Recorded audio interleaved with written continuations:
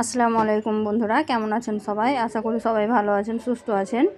আলহামদুলিল্লাহ, আমরাও খুব ভালো আছি, সুস্থ আছি। সোনালী রান্নাঘর উইথ ভিলেজ ফুড চ্যানেলে আপনাদের প্রত্যেককে স্বাগত জানাই। আজকে আমি নিয়ে এসেছি নান পরোটা রেসিপি। আমি এই রেসিপিটা তৈরি করেছি ইউটিউব দেখেই। দেখলাম একটা দিদিভাই একদম নরম আর ফুলকো ফুলকো নান পরোটা তৈরি করেছে। তো আমিও সেম প্রসেসেই তৈরি করেছি, কিন্তু খেতে খুব টেস্টি হয়েছিল আর হালকা হালকা ফুলেছিল আর নরম তুলতুলে ছিল। তো রেসিপিটা সত্যিই খুব সুন্দর হয়েছিল, তার জন্য আজকে আমি আপনাদের সঙ্গে শেয়ার করলাম। আর দেখেই বুঝতে পারছেন যে কতটা সফট হয়েছে। এই তো একটা ছিঁড়ে দেখালাম, দেখুন। হ্যাঁ, ওই দিদির মতো ফুলেনি খুব বেশি, কিন্তু হালকা হালকা ফুলেছিল আর খুব সফট একটা নান রুটি তৈরি হয়েছিল। তো এইভাবে তৈরি করে খেলে সত্যিই খুব ভালো লাগে। আর এই রেসিপিটা আমার হাজব্যান্ডেরও খুব পছন্দ হয়েছিল, তাই আবার তৈরি করার জন্য বলেছে। তো চলুন রেসিপিটা দেখে নেওয়া যাক। রেসিপিটা তৈরি করার জন্য আমি এখানে 1 গ্লাসের থেকেও কম দুধ নিয়েছি। এই দুধটা আমি এমনভাবে গরম করে নিয়েছি যাতে একটা আঙুল ডোবানো যায়, এরকম গরম করে নিয়েছি। এখন আমি এর মধ্যে দিয়ে দিব ইস্ট। ইস্ট ছাড়া কিন্তু নান রুটি খুব ভালো হয় না, আর ইস্ট দিয়েই তৈরি করেছিল, তার জন্য আমিও ইস্ট দিয়েই তৈরি করে নিয়েছি। এ তো দিয়ে দিলাম 1 চামচ থেকে একটু বেশি ইস্ট দিয়েছি।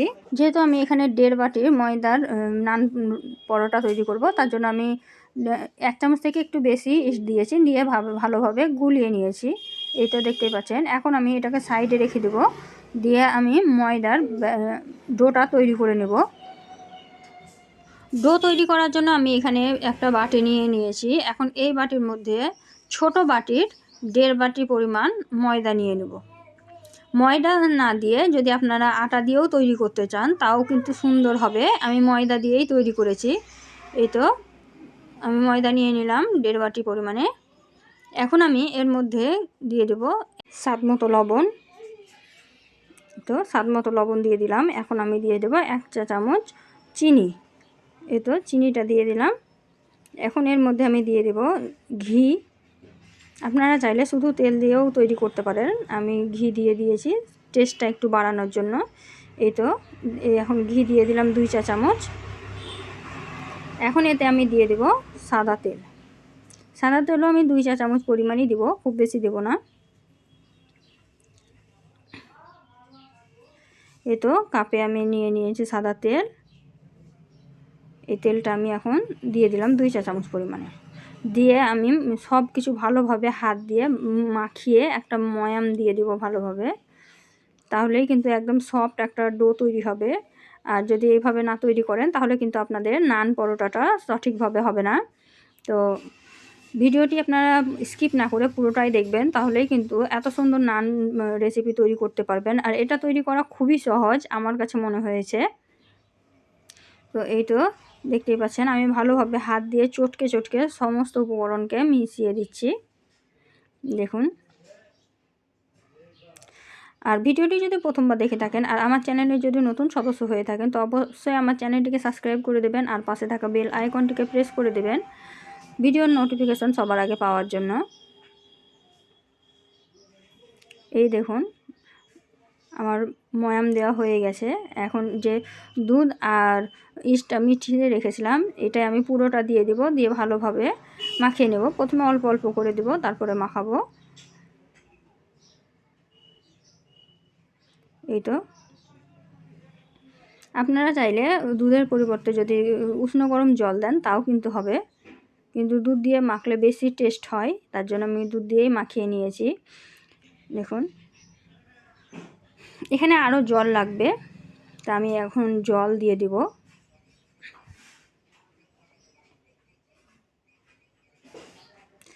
এই ডোটা এমনভাবে তৈরি করতে হবে যাতে একদম একটা চ্যাটচ্যাটা ডো তৈরি হবে, খুব একদম পরিষ্কার ডো হবে না।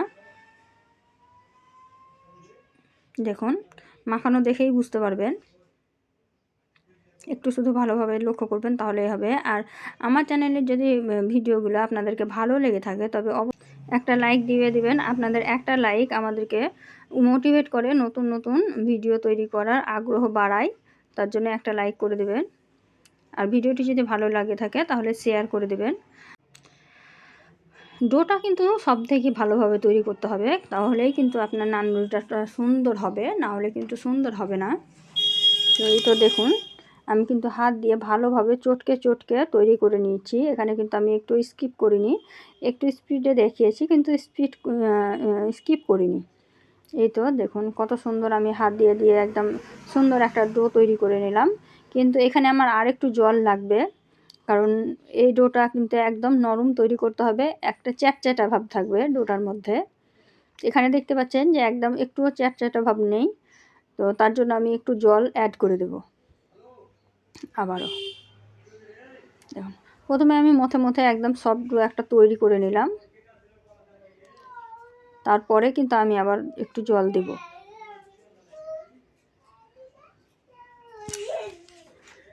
তো দেখতেই পেলেন যে আমি আবারও জল নিয়ে আবারও ভালোভাবে মাখিয়ে নিচ্ছি। দেখুন তাহলে বুঝতেই পারছেন যে কতটা সফটভাবে তৈরি হবে ডোটা। এই তো আমি জল নিয়ে আবারও ভালোভাবে একদম ভালোভাবে মাখিয়ে নিচ্ছি মথে। দেখুন দেখুন এবার কিন্তু ডোটা পারফেক্ট হয়েছে, একটা চ্যাটচ্যাটে ভাব এসেছে। এই তো এখন ডোটা আমার মাখানো হয়ে গেছে ভালোভাবে। এই অবস্থাতে আমি এখন ঢেকে রেখে দেব। আপনারাও ঢেকে রেখে দেবেন, আর এমনভাবে ঢাকবেন যাতে বাইরের হাওয়া ঢুকতে না পারে। তার জন্য আমি এখানে একটা ক্যারি দিয়ে ভালোভাবে ঢেকে দেব।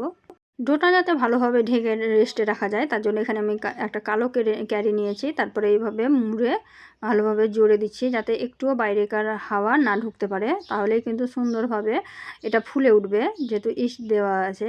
তো এই তো দেখুন আমি এইভাবে 1 ঘন্টার জন্য রেস্টে রেখে দিয়েছিলাম, তারপর দেখুন একদম ফুলে বেলুন ফোলার মতন হয়ে গেছে। এই তো আমি ক্যারিটা সরিয়ে দেখাচ্ছি, দেখুন একদম ভর্তি হয়ে গেছে আর কত সুন্দর হয়েছে। দেখুন একদম পুরোটাই একদম ছিদ্র ছিদ্র হয়ে গেছে। তো এখন এর মধ্যে থেকে হাওয়াটা বের করে দিতে হবে, ভিতরে যে হাওয়াটা আছে সেটা বের করে দিয়ে ডোটা ভালোভাবে আবারও হাত দিয়ে মেখে রেডি করে নিতে হবে। এটা দেখুন আমি হাত দিয়ে আস্তে আস্তে ছাড়িয়ে নিচ্ছি। এখন আবারও ডোটাকে আমি হাত দিয়ে চটকে চটকে মেখে নেব। তার আগে আমি হাতে একটু তেল নিয়ে নিয়েছিলাম যাতে হাতে লেগে না যায়। তো দেখুন কত তাড়াতাড়ি ডোটা একদম রেডি হয়ে গেল। এটা আবারও আমি চটকে চটকে একদম মেখে নিলাম, একটা সফট ডো তৈরি করে নিলাম। এখন আমি এখান থেকে লিচি কেটে নেব। এখানে আমি যে পরিমাণে ময়দা ভিজিয়েছিলাম তাতে আমার 4টা নান পরোটা অনায়াসে হয়ে যাবে। তার জন্য আমি 4টা লিচি কেটে নিয়ে এইভাবে ঘুরিয়ে ঘুরিয়ে ডোটা তৈরি করে নিলাম। ছোট ছোট লিচি রেডি করে নিলাম প্রথমেই, যাতে সমানভাবে হয় তার জন্য আমি কেটে রেডি করে নিলাম। এই তো এখন আমি এই 4টাকে সাইডে রেখে দিয়ে একটা একটা করে বেলে আমি সেঁকে নেব। তো এই তো একটা নিয়ে নিয়েছি, এখন এর ওপর থেকে একটু ময়দা ছড়িয়ে দিব যাতে বেলনার সাথে ভালো লেগে না যায়। এই তো আমি ভালোভাবে ছড়িয়ে দিয়ে বেলে নিলাম। আপনারা চাইলে একটু মোটা মোটা রাখতে পারেন, আবার চাইলে রুটির থেকে একটু মোটা তো রাখতেই হবে, কিন্তু খুব বেশি মোটা আমাকে মনে হয়নি যে রাখা উচিত। তার জন্য আমি রুটির থেকে একটু মোটা রেখেছি, খুব বেশি মোটা রাখিনি। এটা এখন আমি সেঁকে নিচ্ছি, দিয়ে দেখাচ্ছি আপনাদেরকে। কড়াইটা প্রথমে গরম করে নিয়েছিলাম, তারপরে কিন্তু মিডিয়াম আঁচে রেখে দিয়েছি। এটা দেখুন আমি পাল্টিয়ে ভালোভাবে সেঁকে নিচ্ছি। দেখুন হালকা হালকা ফুলছে, একটু ভালোভাবে লক্ষ্য করবেন তাহলে বুঝতে পারবেন যে রুটিটা কিন্তু হালকাভাবে ফুলছে, খুব বেশি কিন্তু ফুলে যেটা বলেছিল যে বালিশের মতো ফুলে উঠবে সেরকম কিন্তু ফোলেনি, হালকা হালকাই ফুলেছিল, কিন্তু খেতে অসম্ভব মজার হয়েছিল আর অসম্ভব তুলতুলো নরমও হয়েছিল।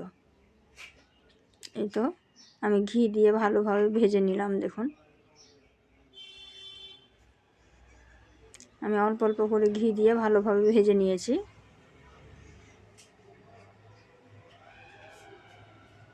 দেখলেই বুঝতে পারবেন যে হালকা একটু ফুলেছিল, খুব বেশি ফুলেনি। তো আমি ওটা তুলে নিয়েছি, নিয়ে আমি আর একটা আপনাদেরকে বেলে দেখাচ্ছি, আর এটা কতটা সফট আপনারা দেখলেই বুঝতে পারবেন।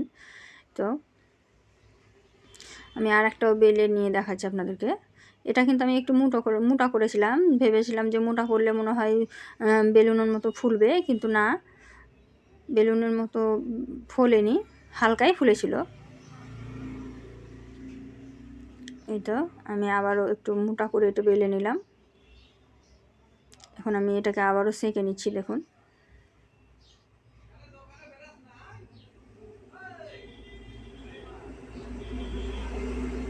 কড়াই দিয়ে দিয়েছি।